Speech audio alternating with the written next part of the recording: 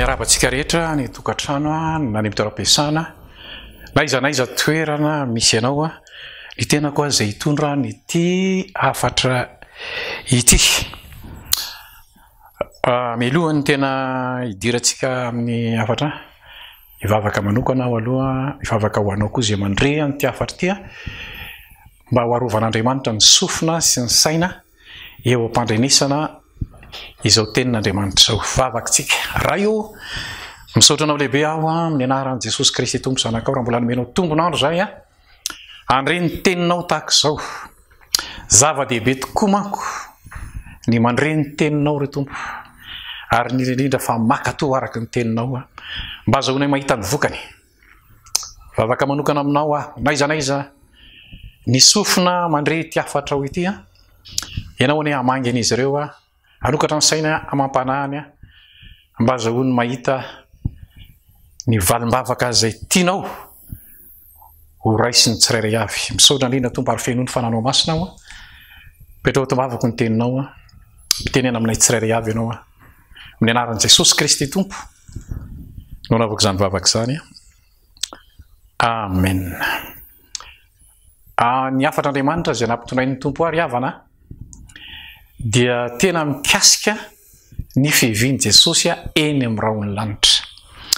Mino aho fa mba namaky any angamba ianao ny tenin'Andriamanitra ohatra any amin'ny Korintianina voalohany toko 5:12 any misy tenin'Andriamanitra miresaka an'izay hoe vetivety tahaka ny ray ny mpimbaso nisehon'ny Tompo eny amin'ny rahony lanitra aka ny zanany, aka ny mpino.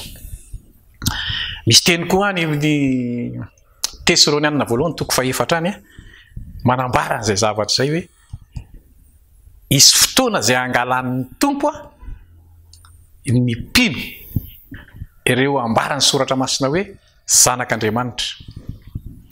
Ary androany iresaka kely aminao misy kokoa mikasika ny virjina 5 endry sy ny 10 medala. Mino aho fa mba nivakinao ihany angamba ny any amin'ny Mateo toko 5:20 any avy eo mihitsy no anazavako sy andraisako ireto fanazavana be dehibe reto ho anao izay any tokantrano iaho naiza toerana misy anao ary ho tsara Jesosy Kristy Tompo raha mbola teto ambonin'ny tany izy dia niresaka n'io mihitsy izy ifeviany eny amin'ny rahony lanitra io. Zao ny ambarany any amin'ny Jaonina toko 4:7 any 7 matsara na rozy ny fialako fa raha tsy ala aho dia tsy avy aty aminareo ny mpananatra. Fa misy zavatra tena tiany Jesosy apetraka mihitsy le hoe andeha anamboatra fitoerana ho anareo ary verina haka anareo.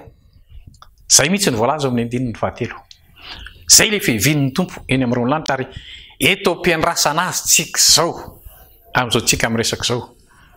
Tenin'Andriamanitra moa marobe ato fa iresaka zavatra vitsivitsy aminao aloha izay hitako ato amin'ny tenin'Andriamanitra ny amin'izany atao hoe aza ho aizy tsika zao. Amin'izany lazain'ny Tompo hoe ho avy tapoka tahaka ny mpangalatra aiza ho aizy tsika zao. Misy famantarana be dehibe moa ry havana ato anatin'ity baiboly ity nambaran'ny Tompo fa zavatra famantarana vitsivitsy fotsiny reto resahako aminao reto fa anjaranao no maka, anjaranao no mampitombo arakaraka izay amakinao ity tenin'Andriamanitra ity.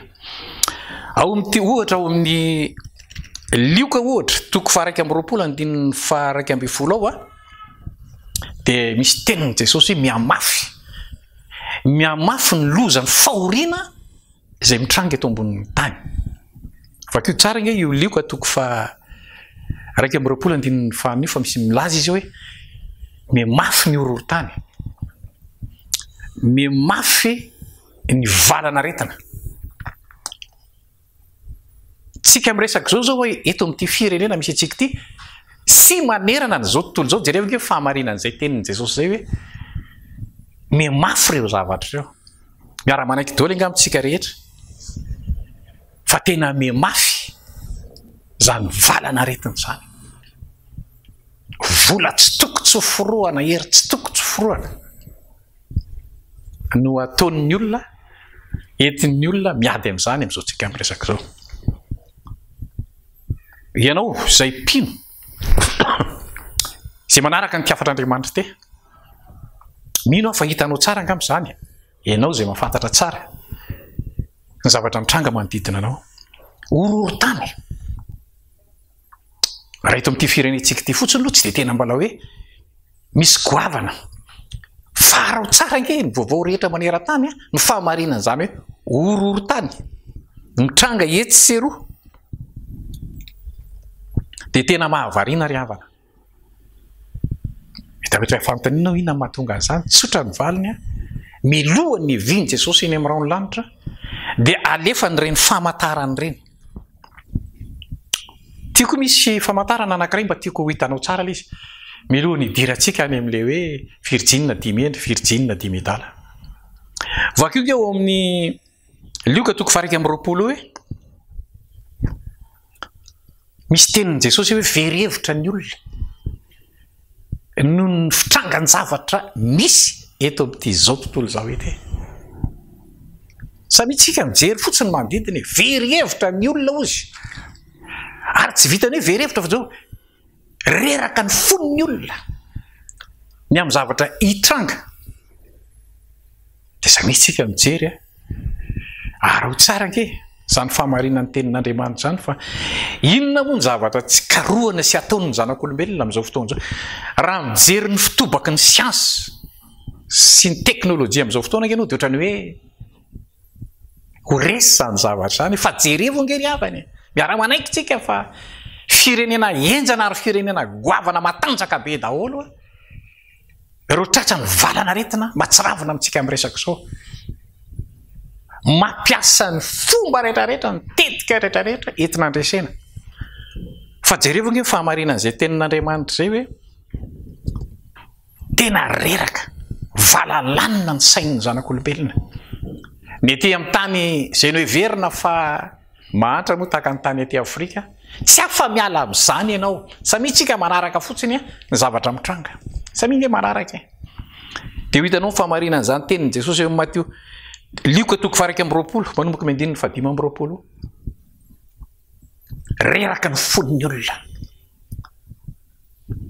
Manaraka izay misy famantarana anankiray koa ty mba tiako resahana aminao. Ty famantarana anankiray ty dia zao, ozy ny tenin'Andriamanitra hoe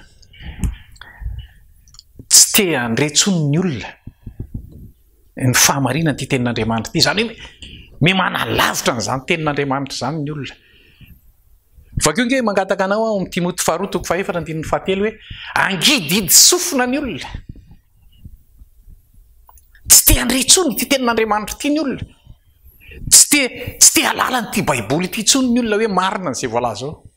Angididy sofina ny olona ozy, hitady mpampianatra araky ny filany. Ahoana moa le hoe mitady mpampianatra araky ny filany, zany izay mba mahametimety azy fotsiny sisa. Iresaka an'io moa tsika rehefa aveo rehefa miditra amin'ilay hoe ao amin'ilay Virgine dimy edala, Virgine dimy endry. Io fahamarinana ny tenin'Andriamanitra hitantsika amin'ny Timoty 2:4-7. Mitady mpampianatra, mitady olona nazava ny tenin'Andriamanitra ty araky ny filana sisan'ny olona. Izany no tediavin'ny olona maro amin'izao fotoana izao. Ary nge ny manodidina anao fa ho hitanao izany. Famantarana daholo izany milohan'ny fivian'ny tompo eny amin'ny raony lanitra. Ty famantarana anankiray faefatra ty dia hijanona fa hivadika any amin'ilay ndrazaiko taminao tamin'ny voalohany, le hoe iresaka amin'izay aho le Virgine dimy endry sy le Virgine dimy edala. Ty faefatra ty hitako amin'ny Matteo 4:20 izy ty 2:20. Tenin'i Jesosy ihany koa izy ty hoe mafy be mafy ozy, isy fahoriana tena mafy manko izy. Zay ny voalazany eo, zay tsy mbola nisy hatramin'ny nanorenana n'izao tontolo izao. Fa mbola tsy tonga ao tsika izao aloha, fa mbola miloa kely ny tsika izao. Io le voalazan'i Jesosy amin'ny Matteo 4:20 manko 2:20 tena amin'ilay fahoriana lehibe io le tena fahoriana goavana. Fa milohan'ny idirana amin'io, milohan'ny karan'ny mpino. any an-danitra miaraka amin' Jesosy dia misy fahoriana ety ambonin'ny tany. Ary ho tsara ngery havany ny karazam-pahoriana efa somary niresaka taminao ihany teo ireo karazana fahoriana, fa ity resahako aminao le amin'ny fahafantarana fahefarty iresaka kely aminao apahany fotsiny le apokalipsy 3:10. Mbola tsy tonga antsika zao manko fa ny apahany fotsiny ty resahako aminao ty. Ao anatin'io apokalipsy 3:10 io manko efa tafiditra mihitsy any anatin'le hoe fahoriana lehibe. Fahoriana lehibe io vao ato anatin'ny soratra masina misy hatreo amin'ny 7 taona eo izy io, mizara 2 izy io. Alohan'ny dirany tsara mihitsy eo amin'le fahoriana lehibe, le tapany voalohany dia zao zavatra resahako aminao zao hoe mianaka, miparitaka ny fampianaran-diso matsiravina ataon'le bibidia. Fa kio tsara mihitsy nge ny apokalipsy 3:10 misy bibidia anankiroa ao voalaza. Efa eo andalana izy zao mitsika miresaka zao. Zany no mahatonga ny soratra masina foana milaza manao hoe miomana ianao fa ho avy tapoka tahaka ny mpangalatra ny tompo. Ireo karazan-javatra be dia be tsy voatanisa. Eto moa raha miresaka aminao ary raha mitory anao an'izao tenin'Andriamanitra zao apahany tamin'ny tenin'i Jesosy fotsiny ke zao resahako aminareo zao apahany. Ny antony araka ny mba fanambarana révélation atao anatiko tena tiako ianao aka fanapakevitra amin'ny fiafarany ty toriteny ty mba tsy ho tratra n'io apokalipsy 3:10 io ianao. Fa me manatona izy zao, me manatona.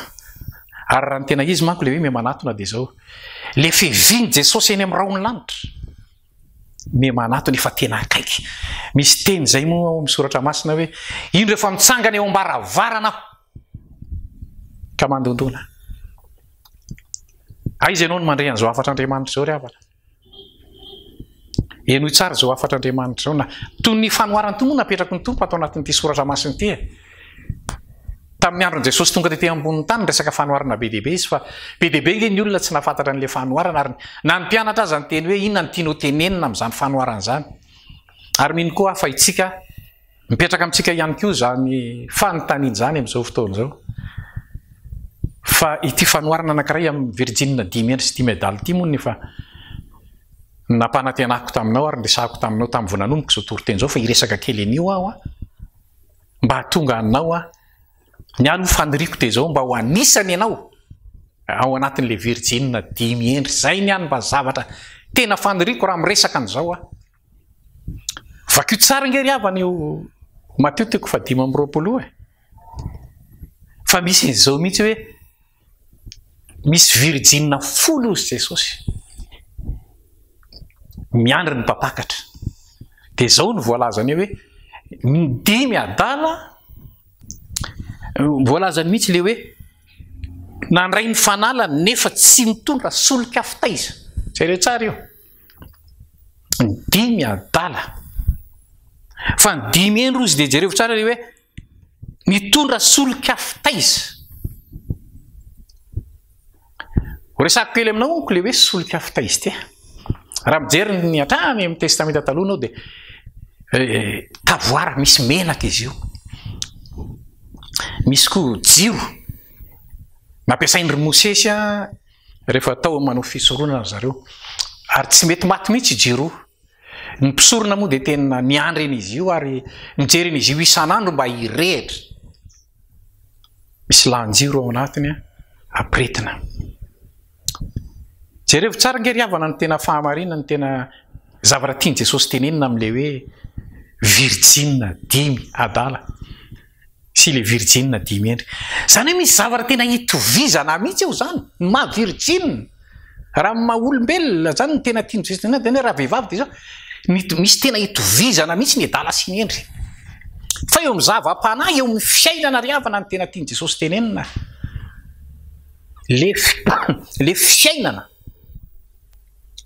raha ohatra ka tsoroko mba azahoana ho azy tsara fa mba tsy te anasaro javatra mijery an'ity dia zao ireto virgine 10 médaille reto zany a hitovizany amin'le virgine 10 endry dia tsotra be mihitsy zao fanazavako zao mba tiako anao tena azo azy a samy mivavaka zany reo tahaka ny Kaina sy Abely vakeo nge ny tenin'Andriamanitra ao amin'ny Genesis toko efatra hoe fa i Kaina sy Abely nge samy mivavaka izy roa lahy ary samy nanatitra fanatitra fa dia ohatran'izay mihitsy ny sary anankiray manazava n'ity le virgine 10 endry sy le virgine 10 médaille ty fa ny anankiray i Kaina dia manatona an'Andriamanitra izy araka n'izay saipatany zay ngamba ny tena ataoko hoe manazava azy be dia be kokoa ary tsy magaga raha ohatra ka nilavin'Andriamanitra ny zavatra ny vavaka nataony Kaina tena izay mihitsy ty virgine 10 médaille ty maro be ngeriavana ny olona tiany Jesosy tenenina amin'izany amin'izao fotoana zao hoe mivavaka mitondra anarana kristianina vakeo nge ny Matthieu toko 7 ahitanao an'izao tenin'Andriamanitra zao hoe rehefa nikatona ny varavarana dia zao ny zavatra voasoratra hoe nidodidody dolo le virgine 10 médaille nanao hoe zay koa nge mba nanao asa lehibe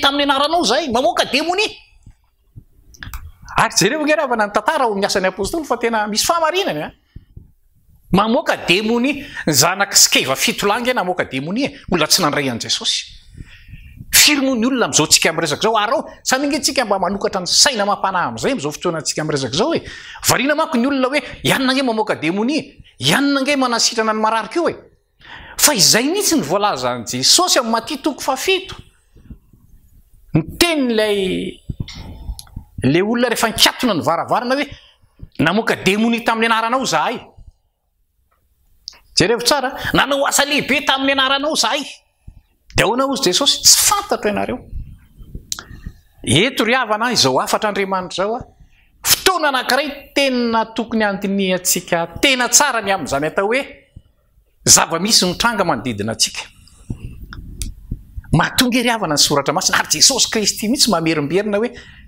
efa tamin'ny andron' Jesosy 4 arivo taona lasa maro mpamina ny sandoko ange ozy amin'izao fotoana zao anao famantarana sy fahagagana ny olona amin'izao fotoana zao rehefa tratra ny problema dia zay ny zavatra ataon'ny olona fa reo virgine 10 médaille reo nge ry havana le hoe tsy nitondra solika dia zao le solika tena tandindo ny fanamasina ho anaty taka n'ilay diloilo tao anatin'ireo tavoara tamin'ny andron'ny mpisorona taloha tamin'ny andron'ireo Mosesy amintsika miresaka zao dia zao fanamasina io be dia be ny mpivavaka zany mitondra anarana ho kristianina mangataka anao koa mba vakeo nge ny Matthieu toko 7 mpivavaka nge ireo tenenin' Jesosy fariseo sy mpanoradalany reo mpivavaka reo mpiantson'ny Jehovahandriamanitra reo mpanaraka didy amandalana mpakatony sabata mpakatony didy folo fa jerevo mangataka anao jereo nge ny Matthieu toko 7 tsy fantatro ianareo zay ny voalazan'i Jesosy zao zany ny zavatra hitranga ry havana ary ho tsara nge io Matthieu toko 5 ho avy maharitrelany tompo maharitrelany tompo 4 arivo taona lasa zay zao fotoana hitoriko nyity teny ity androany 20 sy 4 arivo ary ho tsara ry havana efa eo mbaravarana ny tompo zao zavatra zao fotoana tena tokony hijerevana tsara zao hoe zavy ao anatin'le klasin'le virgine 10 endry somary resaka kely aminao tsotra kely fotsiny manko le hoe virgine 10 endry io ato anatin'ity soratra masina ity mba tiako tena mba hanananao antoka tsara hitanao rehefa tonga teto ambonin'ny tany Jesosy dia tena ny fibebahana mihitsy ny tena nitorian'i Jesosy hoe mibeba fa afakaiky ny fanjakan'Andriamanitra le virgine dimy eny raha manaraka tsara ianao dia tena nanaraka an'izay ndasonky tena iverina kely eo amin'ny lasan'ny apôstôly toko faharoa hoe fa rehefa nitoro teny Petera, zareo tsara fa rehefa nitoro teny Petera nanomboka teo hoe resy lahatra ny olona, ary zay resy lahatra rehetra nanaiky an Jesosy Kristy ho tompo amin'ny vavany ary mino amin'ny fo, dia ozy ny tenin'Andriamanitra hoe nibebaka ireo ary nandray ny fanahy masina. Zareo tsara ny mahasamy hafa ny dimy adala sy ny dimy endry dia ireto le dimy endry reto le nandalo ny voalazan'i Jesosy hoe nateraka indray miova mihitsy ny fiainana, tsy resaka hoe fahazarana ka atao daholo zao fomba rehetrarehetra, ireo karazana anarana titra isan-karazana hoentina enjehana. Zany nge ny zava-misy amin'izao fotoana izao ry havana raha manaraka ianao heverin'ny olona fa rehefa hoe zafady tonga manao tafiditra bekona navita fianarana pasteur folo taona dia azo lazaina hoe kristianina mpitondra fivavahana. Tsy zay nge ry havana voalazan'i Jesosy fa manomboka loza raha tsy ateraka indray ny olona. Jereo tsara Nikodemosy nge olona mpampianatra soratra masina, fa tsy nafantatra mihitsy Nikodemosy zany atao hoe faterahm-baovao zany. Firy moa amin'izao fotoana izao ry havana no tratran'izany. Virgine dimy endry ianao sa virgine dimy adala? Ny dimy endry raha lasa anabavy matsapa an'izany atao hoe faterahm-baovao, matsapa an'izany fahamarina ny tenin'Andriamanitra any amin'ny Korintianina faharoa toko fahafito manao hoe olom-baovao, matsapa an'izany hoe fa lasa ny zavatra taloha iny tonga vaovao reo, matsapa an'izany fahamarinana zany eo le tenenin'i Jesosy eo amin'ny Jaona toko faha-4 ambin'ny folo andininy fahatelo amby roapolo hoe le Andriamanitra namorona ny tany sy ny lanitra mihitsy lasa monina ao anaty. Io le ambaran'i Paoly amin'ny Galatiana toko faharoa andininy faharoapolo hoe Kristy no ato anaty. Zay le virgine dimy endry. Ary jereo tsara le fanazavana le fanoarana naharitrela ny tompo. Hoy aho tamin'izao hoe 2 arivo taona lasa nge zay nitoriana an'ity filazantsara ty. Ary tao anatin'ny 2 arivo taona zay be dia be koa ngeny tena raraka teny an-dalana teny. Mba fantatreo moa mahatonga ny fanahy masina nampiteny amin'ny Paoly amin'ny Korintianina voalohany toko 10 andininy 7 le hoe miorena tsara aza miova. Io fanahy masina io ry havana zany dia zao manome tanjaka io, manome hery. Ianao raha tena mahafantatra ho marina ianao fa tena virgine dimy endry zany hoe olona nateraka indray ny fanahy masina ao anatinao dia tokony ao anatin'ny fotoana izay velomanao ety ambony tany men'ny tompo anao tokony marina aminao foana zany hoe tena mifakazatra amin'ny fanahy masina zany ianao amin'ny androm-piainanao rehetra. Ny olona dimy adala ry havana voalazan'ny soratra masina virgine dimy adala io mitondra tenin'Andriamanitra ihany izy fa tsisy fanahy masina. Aoko fantatrao tsara ry havana fa ity tenin'Andriamanitra ity jereo tsara raha mbola tsy tonga ny fanahy masina na dia ny mpianatra 12 lara ny tenenin'i Jesosy mihitsy manao hoe aza mbola mandeha mitoro teny aloha nareo fa zao andefa aniraka ny fanahiko le teny fikasana lehibe. Inona ny antony? Satria ry havana ity tenin'Andriamanitra ity raha tsy ny fanahy masin'Andriamanitra no manazava ity tenin'Andriamanitra ity eny an-dalana eny sahirana ianao. Misy fanoarana zay eo amin'ny soratra masina ao amin'ny Matteo toko 7 aza rehefa mba hitanao ihany le hoe mivoaka mpamafy mba hamafy ity tenin'Andriamanitra ity filazantsara ity zany nafafy teto amin'izao tontolo zao dia avy hatrany dia hitsambikiny ery amin'le hoe tany tsara. Eo amin'le tany tsara io misy zavatra ohatran'izao nambaran'i Jesosy hoe ny sasany namoa 30 eny ny sasany namoa 80 eny ary ny sasany namoa 100 isan-jato. Ilay virgine dimy eny reo tianao tenenina nge dia zao hoe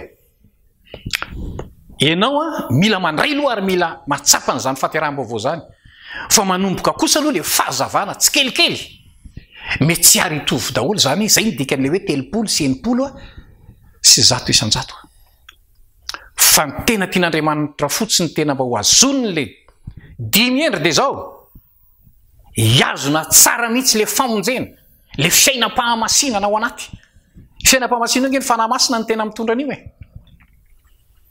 fanahymasina ny tena mitondra an'io maritrela ny tompo jerevinareo tsara ny dikan'le hoe matory nge de zao le fotoana lazonady andehananao eto ambonin'ny tany ny olona tena virgine dimy endry ozy ny tenin'Andriamanitra hoe efa ao anatiny foana lay fanala misy lay solika misy le fanahymasina zany hoe le tenin'Andriamanitra ao anatiny misy ny fanahymasina ka na inona ny zavatra tranga isan'andro na inona ny zavatra miseho isan'andro reny le endrika le hoe toromaso ny olona misy fanahymasina ry havana misy tenin'Andriamanitra mirezista tsara ary am'izao za mitory teny aminao zao tokony atsapany zany ianao raha olona ao anatiny zany atao hoe virgine dimy endry eto ampiandrasana ny tompotsika zao eto ampiandrasana ny tompo ho avy tapoka tahaka ny mpangalatra ozy tsisy malala an'io ry havana fa zao raha ny famantarana manodidina atsika eto n'ity zao tontolo zao ty arao ireo za miresaka aminao zao jerevonge ry havana ny fahasahiranana misy am'izao fotoana zao matanjaka be nge zany États-Unis zany matanjaka be nge zany Europa zany matanjaka be nge zany Chine zany raha tsy ansa araboly fa jerevony zavatra mitranga am'izao tsika miresaka zao ry havana ianao zay virgine dimy endry alefan'Andriamanitra tahaka zao ty mba hanaitranao anananao tsara mihitsy tena fiambenana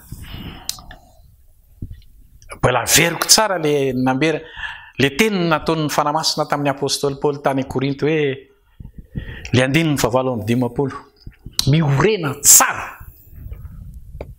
miorena tsara ry havana marina fa samy mandalo zavatra be dehibe tsika am'izao fotoana zao samy mandalo karazam-baovao be dehibe tsika am'izao tsika miresaka zao samy mandalo zavatra isan-karazany manahirana matsiravina fa le miorena tsara de zao manahoana ny tenin'Andriamanitra mbola miazona ny tenin'Andriamanitra ve anao manoloana n'izao zavatra tranga zao mbola tsapanao ve zany fahamarina ny tenin'Andriamanitra hoe ino raho nomeko fahefana ianao anitsaka menarana sy maingoka andresy ny hery rehetra ananany fahavalo marina aminao ve zany ao anatin'izany nge ry havana zany hoe maingoka menarana zany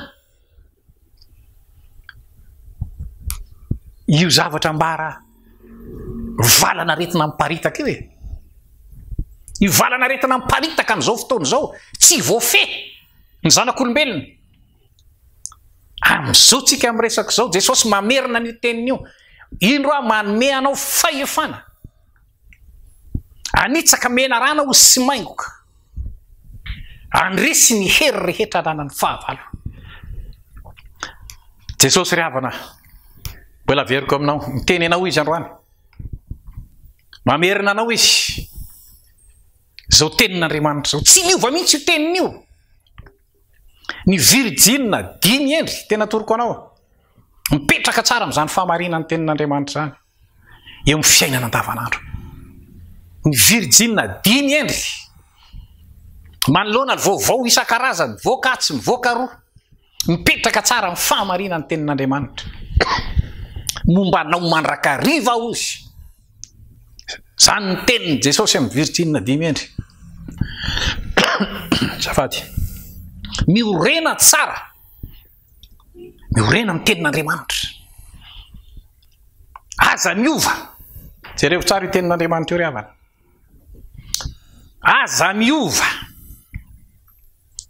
dikan'izany aza miova zany raha zao ianao raha latsinainy ianao mahenao an'izao tenin'Andriamanitra zao mandra-pisehony Jesosy eny amin'ny rao ny lanitra tsy tokony miova mihitsy ny conviction anao fandraisan-dara fa zao eto ampiandrasana ny tompo foana ianao ho avy tapoka tahaka ny mpangalatra sambatra ny olona ozy zay miambona le virgine dimy edala jerevo tsara ny tenin'Andriamanitra io mikatona mikatona ny varavarana.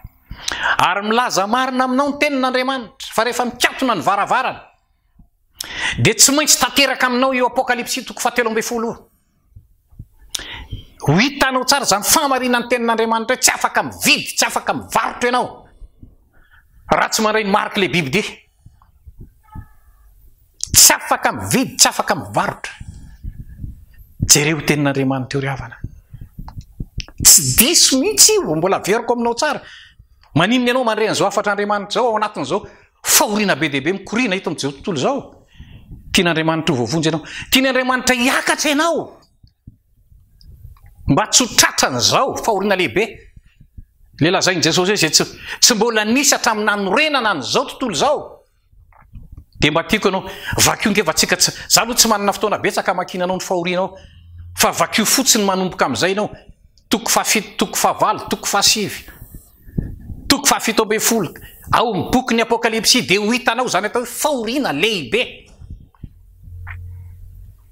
Tsy moramora ngery havana zany hoe tsy mahazo mividy, tsy mahazo mivarotra. Tsy moramora zany tena milazanao aiza nahitanao sakafo. Fa zao ny ataoko anao, anio Jesosy mbola miteny aminao, anio izy mbola miantso anao, ekeo izy ho tomponao sy mpanjakanao. Mety eza mbola miditra ao anatin'ilay virjina 5 endry ianao, manaiky an'i Jesosy Kristy ho tompo sy mpanjakanao. Ity afatr'Andriamanitra zay napetraka ny tompo tato anatiko ty ry havana, tena tiako mihitsy ianao mba tena hoe mba ho voavonjy, mba hiara hifaly mandrakizay ao amin'izany atao hoe fanjakan'Andriamanitra zany. Misaotra ny tompo afaka nampipita taminao zay afatr'Andriamanitra zay. Ivavaka manokana ho anao vavaka manokana ho anao iza moa no mahita raha zao ry havana mba fotoana mba hidiranao amin'izany hoe virjina 5 endry zany mba ho tsapanao mihitsy zany famarinany zany hoe ny olona hiakatra na ho any an-danitra ke ny olona andova fiainana mandrakizay, tsy hoe rehefa mitondra anarana kristianina tsy hoe rehefa mba mandray an'izao karazana titra isan-karazana zao tsy zany. Mbola veriko aminao tsara, mila io Jesosy Kristy io anao monina ao anaty, mila miaiky ny eloka sy ny fahotanao ianao, ary avelao izy antsaka ao anatinao, ary ho ny fanahy masina hibaiko anao isan'andro isan'andro. Zay ry havana ny afatr'Andriamanitra zareko taminao androany, hivavaka manokana ho anao raha tapa-kevitra ianao any tokantrano any amin'ny toerana misy anao any, aondreo ny lohanao fa hivavaka manokana ho anao inoko marimarina fa ny fanahy masina mamangy antsika rehetra any amin'izay toerana misy antsika any. Jesosy tompo misaotra anao lehibe any amin'ny fotoana zay nomenao anay androany nandre ity afatra ho ity. Za manokana tena tsapako hoe teny efa eo ambaravarana ianao, te hamonjy olona maro ianao. Ankehitriny Andriamanitra ho alefanao zo afatra zao, ary nivavaka taminao mba ho tena olona maro be antapitrisany mandre faraparany ity afatra ity, mba ho alanenina ho an'ny sofina rehetra, mba tonga ny sofina tena anaiky fa ianao Jesosy Kristy tompo no lalana makao amin'izany Andriamanitra zany sy fahamarinana. Misaotra anao indrindra, misaotra tompo ny amin'ny fanahy masina zay nametraka ny teny tatom-bavako ary nampianatra anay izany teninao izany. Atolotra anao tompo ny voninahitra, atolotra anao midera. Tononiko amin'ny anaranao Jesosy Kristy tompo sany vavaka zany. Amen.